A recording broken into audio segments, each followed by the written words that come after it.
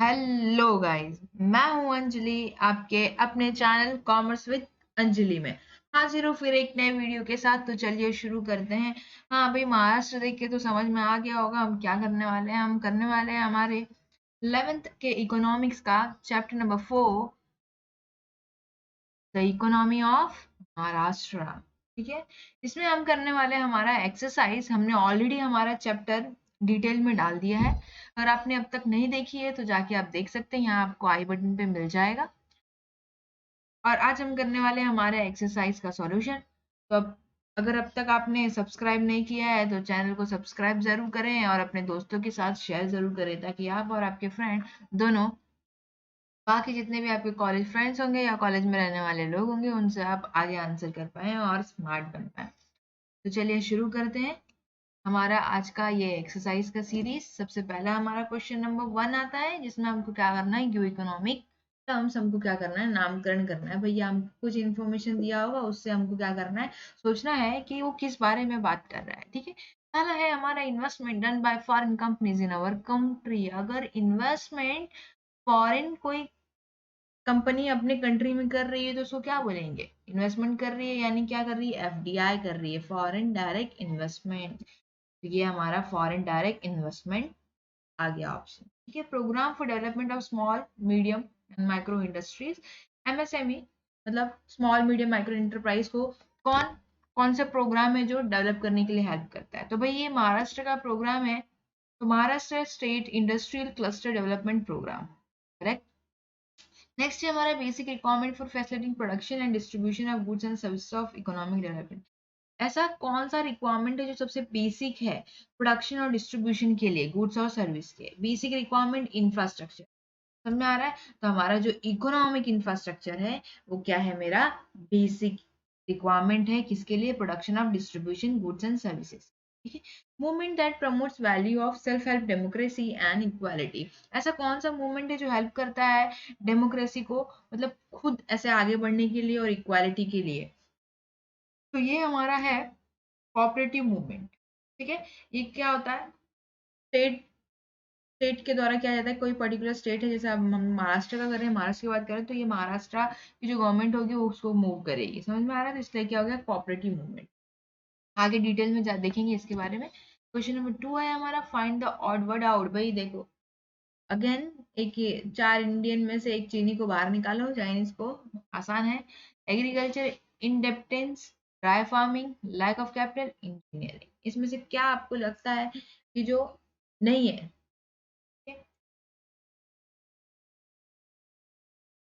Engineering. क्योंकि देखो agriculture क्या है, indebtedness, dry farming, lack of capital, ये सब क्या है, एग्रीकल्चर सेक्टर की प्रॉब्लम है। और इंजीनियरिंग अपना अलग फैक्टर है, इसलिए ये ऑड मैन आउट यानी ऑड वर्ड आउट। ठीक है, tourism, banking, automobile, production, insurance.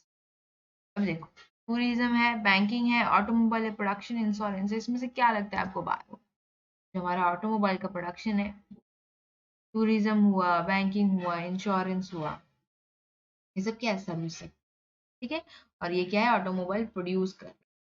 Pune, Hyderabad, Nashik और नागपुर, इसमें से किसको बाहर किया, हैदराबाद।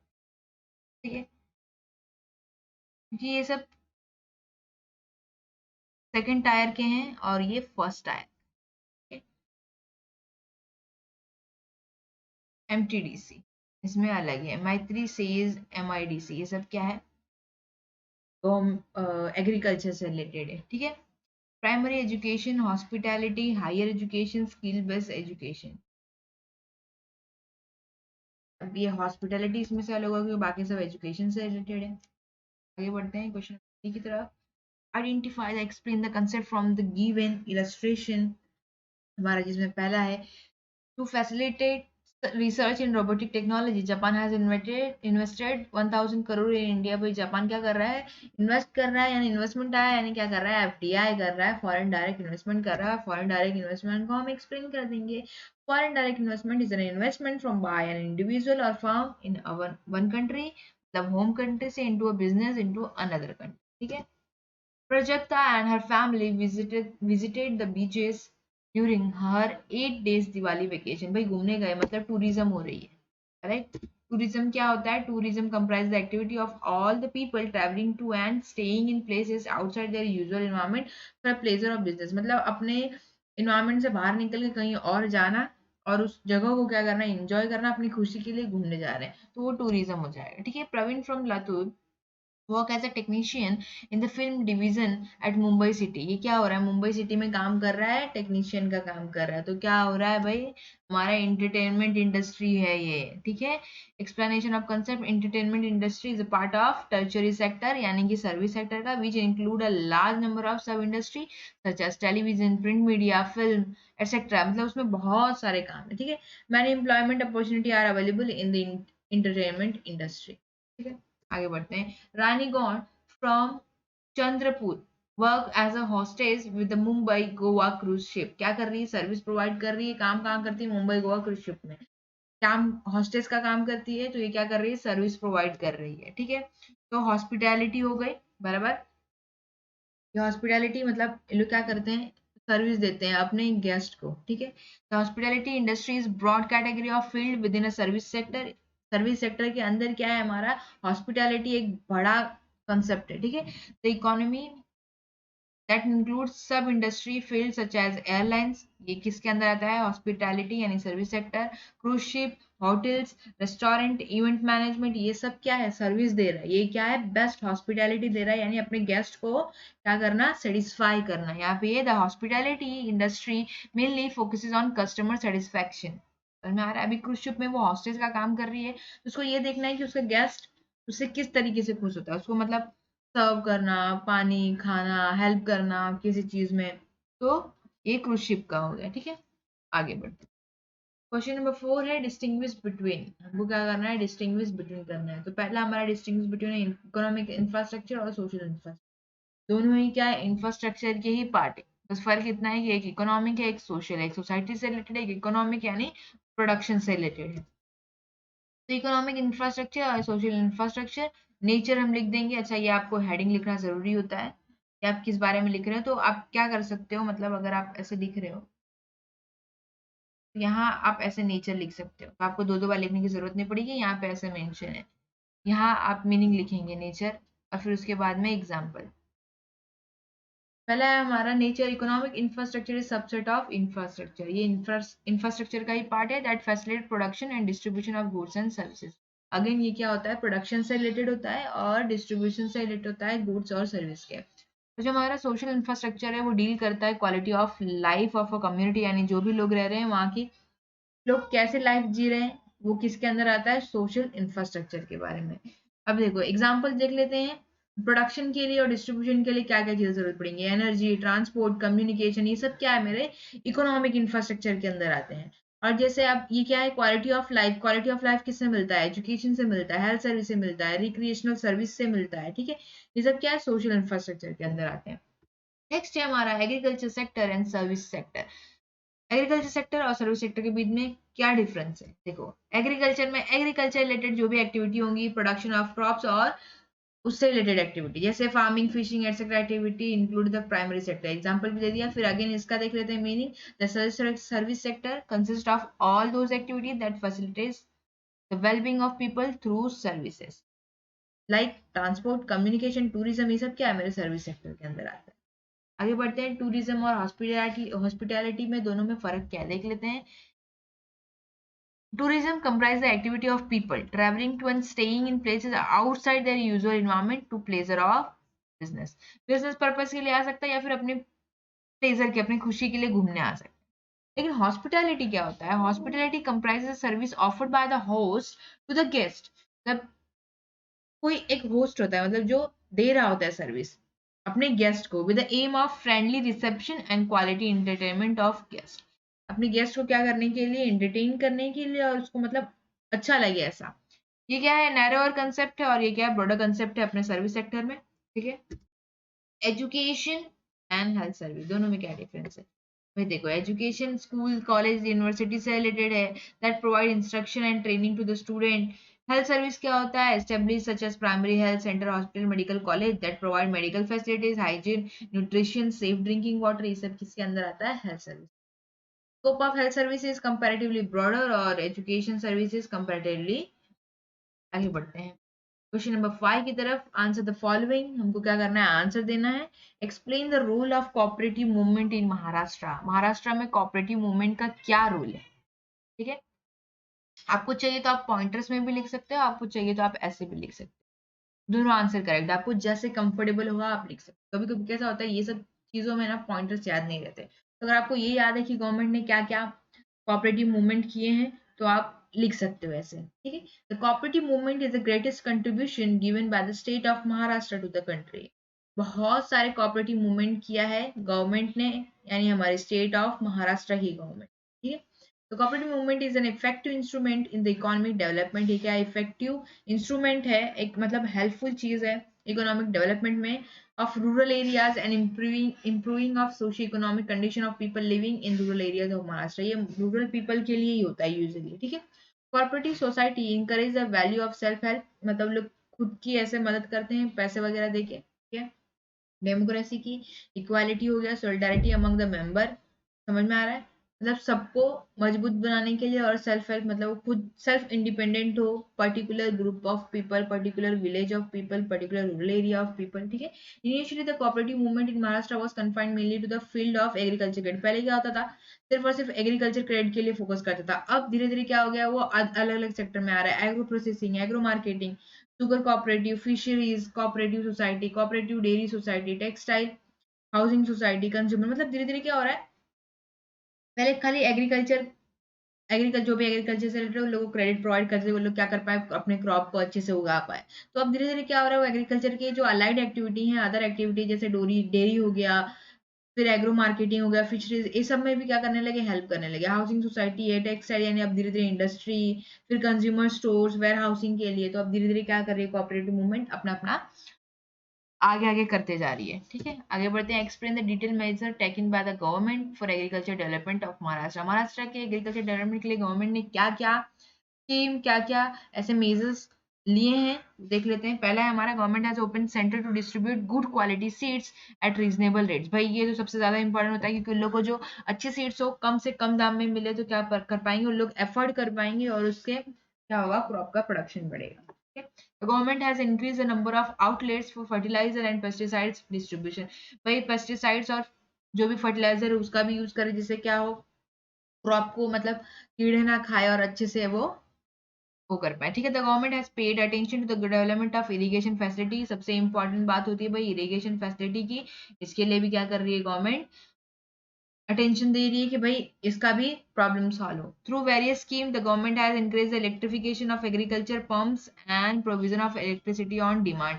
भाई इलेक्ट्रिसिटी सबसे ज्यादा इंपॉर्टेंट हो, मतलब पंप रहेगा तब तो क्या होगा, पानी खेत खेत में पहुंचेगा, ठीक है। The government has started providing financial assistant as per the requirement of farmer. Financial assistant मतलब पैसे से मुकाबले में हेल्प करना है। एपीएमसी है हमारा, एपीएमसी क्या करती है, हमको एक मतलब मंडी की तरह है, यहाँ पे लोग अपने जो भी क्रॉप होंगे, जो भी अनाज है, फूड ग्रेन्स है, उसको जाके बेच सकते हैं, और उन लोग को उचित दाम मिलेगा, जिससे क्या होगा, जो मिडल मैन पैसा खा जाते हैं उससे उन लोग की सेफ्टी है, ठीक है। एग्रो एक्सपर्ट जोन भी बनाया गया है। हॉर्टिकल्चर ट्रेनिंग सेंटर, जिसमें दिया जाता है grading and packing facility for the effective distribution of agriculture produce. The government has taken tremendous effort in creating awareness about agriculture information। Agriculture का इंफॉर्मेशन प्रोवाइड कर रही है, जिससे क्या हो और एग्रीकल्चर बढ़े, और गवर्नमेंट क्या कर रही है, मास मीडिया का यूज कर रही है, जिससे क्या हो एग्रीकल्चर में प्रॉफिट मेकिंग बिजनेस बने, ठीक है। आगे बढ़ते हैं। Explain the major problem in the industrial sector of Maharashtra. Maharashtra में इंडस्ट्रियल सेक्टर में क्या क्या प्रॉब्लम है, क्या होता है भाई, डिलेज इन गवर्नमेंट प्रोसीजर। भाई जो भी गवर्नमेंट के प्रोसीजर रहते हैं तो सबको मालूम है, गवर्नमेंट का प्रोसीजर हमेशा लेट होता है, तो इसके लिए क्या कर रही है गवर्नमेंट, और भी सॉल्यूशन ला रही है, ठीक है। Opportunity for skill development are limited. अब देखो स्किल डेवलपमेंट, हमको यहाँ पे सिर्फ प्रॉब्लम लिखना है, सोल्यूशन नहीं लिखना है। स्किल डेवलपमेंट नहीं है यहाँ पे, लिमिटेड है, मतलब कि अब धीरे धीरे क्या हो रहा है, मशीन्स आ रही है, ठीक है। तो क्या होगा, अब मशीन्स आ रही हैं, तो जो पहले वहां पे वर्कर काम कर रहे थे उन लोग नहीं कर पाएंगे, ठीक है। तो क्या होगा, उन लोग को स्किल डेवलप करनी पड़ेगी, उन लोग को ट्रेनिंग देनी पड़ेगी कि उससे क्या हो, वो लोग सीख पाए, ठीक है, नई टेक्निक को। Many industry in Maharashtra use traditional technology of for manufacturing goods. अभी भी महाराष्ट्र में बहुत सारी इंडस्ट्री है, वो जो मतलब हाथ से बुनाई करना, ये वो बहुत सारी चीजें मतलब जो होती हैं वो ट्रेडिशनल ही फॉलो करती हैं। Lack of infrastructure facility adversely affect the movement of raw material and finished goods. भाई of course infrastructure social और हमारा इकोनॉमिक इंफ्रास्ट्रक्चर दोनों जरूरी है प्रोडक्शन के लिए इकोनॉमिक, और फिर हमारे सोसाइटी के वेलबींग के लिए सोशल इंफ्रास्ट्रक्चर, तो दोनों के बिना क्या होने वाला नहीं है। तो यहाँ पे क्या करती है, लैग करती है, यानी हमारा इंफ्रास्ट्रक्चर फैसिलिटी अभी उतना अच्छा नहीं है। Due to adverse conditions new new entrepreneur are less motivated to run industrial unit. अब देखो क्या होता है कि उन लोग को अगर नए एंटरप्रेन्योर आ भी रहे हैं तो उन लोग को उतना इफेक्टिवली सेल्फ असिस्टेंट मतलब फाइनेंस असिस्टेंट नहीं मिल पाता है, मतलब पैसे का जरूरत नहीं पूरा पड़ जाता, तो ऐसे लोग फिर लेस मोटिवेट हो जाते हैं, मतलब अनमोटिवेट हो जाते हैं, तो फिर लोग कुछ करते नहीं है। ठीक है, फिर बोलते जाने दो, कहीं जॉब कर लेते हैं। तो ऐसे बहुत सारे लोग हैं जो एंटरप्रेन्योर मतलब बिजनेस स्टार्ट करना चाहते हैं, लेकिन फाइनेंस की वजह से वो लोग कर नहीं पाते। तो ये सबसे मेजर प्रॉब्लम है हमारे महाराष्ट्र में इंडस्ट्रियल सेक्टर में। द रीजनल इम्बैलेंस, भाई देखो कहीं कहीं का एरिया ज्यादा पॉपुलर है, कहीं कम है, तो ये industrial growth industry are located mainly in few cities of Maharashtra. अभी देखो ये कुछ ही इंडस्ट्रीज मतलब कुछ ही पर्टिकुलर सिटीज में ही अवेलेबल है। ठीक है, आगे बढ़ते हैं। Explain the major taken to develop social infrastructure in Maharashtra. Social infrastructure develop करने के लिए क्या क्या मेजर लिए गए हैं गवर्नमेंट के द्वारा हमारे महाराष्ट्र के। तो सबसे पहला सोशल इंफ्रास्ट्रक्चर में मतलब एजुकेशन आता है, हेल्थ सर्विस आता है। तो पहला है हमारा एजुकेशन। एजुकेशन क्या है, बेसिक नीड होता है, सबसे इंपॉर्टेंट होता है education, significant aspect of human resource development. भाई एचआरडी का सबसे important aspect है। In the present scenario, India is getting the advantage of the highest demographic dividend due to the maximum percentage of the young population in the country. Education therefore becomes a priority. अब देखो भाई priority तो है, चाहे गरीब से गरीब parents का बच्चा क्यों ना हो, पढ़ता जरूर है। ठीक है? भले वो गवर्नमेंट स्कूल में पढ़े, लेकिन पढ़ता है। तो ये जो प्राइमरी है मतलब फर्स्ट टू 8th स्टैंडर्ड का, ये क्या होता है, कंपलसरी होता है for the age group of 6 to 14। समझ में आ रहा है। फिर हमारा आता है सेकेंडरी, ये हमारा प्राइमरी प्राइमरी एजुकेशन हो गया। क्या है, राइट टू एजुकेशन हमारा सर्व शिक्षा अभियान है इसके अंदर। और एजुकेशन के पीछे प्राइमरी एजुकेशन के पीछे कितना खर्चा होता है भाई गवर्नमेंट का, 2016-17 में हुआ था 1,19,486 करोड़। समझ में आ रहा है। सेकेंडरी एंड हायर एजुकेशन हमारा माध्यमिक शिक्षा अभियान है हमारा, was launch in 2009 with the objective to improve the access as well as. अभी क्या होता है, फर्स्ट टू 8 कंपलसरी है, तो फर्स्ट टू 8 पढ़ने के बाद लोग छोड़ देते थे। अब क्या होता है, क्वालिटी ऑफ सेकेंडरी एजुकेशन दे दिए हैं, तो मतलब अब वो भी लोग पढ़ना स्टार्ट किए हैं, मतलब 9 to 12 वाला।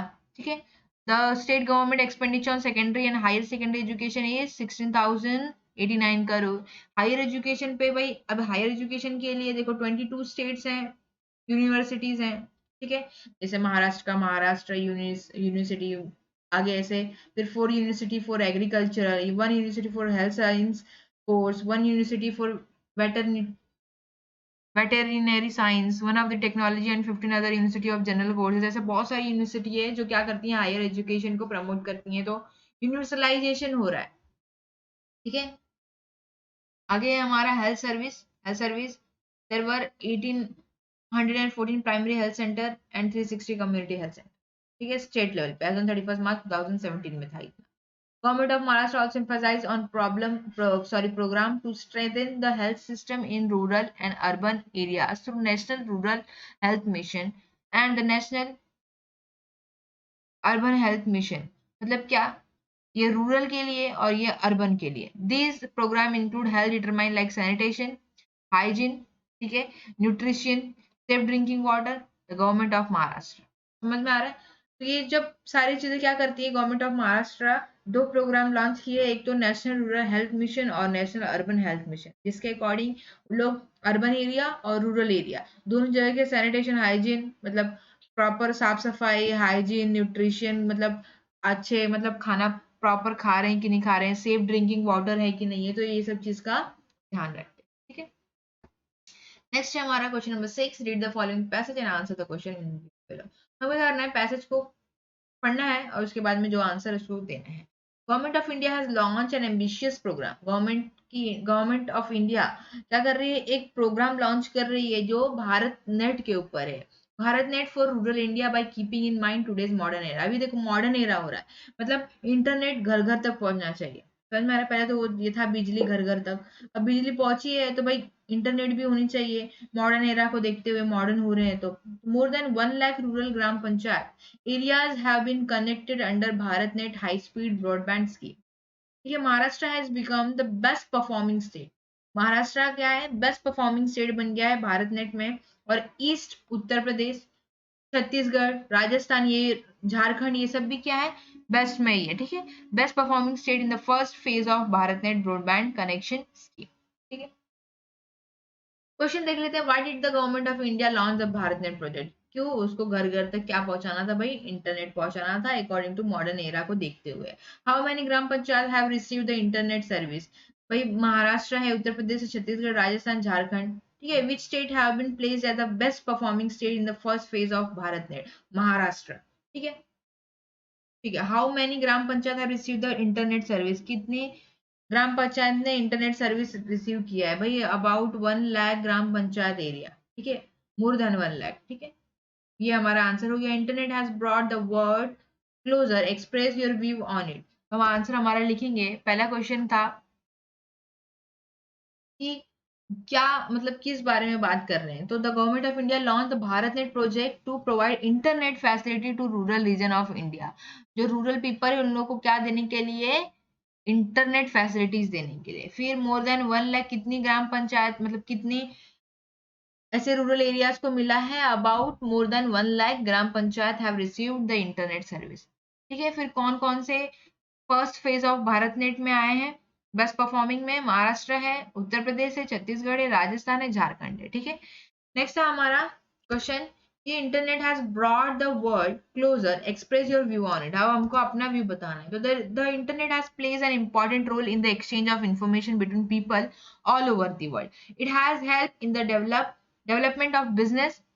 इंटरनेट है तो डेवलपमेंट ऑफ बिजनेस आसान है, exchange of thoughts, sharing culture etc. Thus internet has brought the world closer।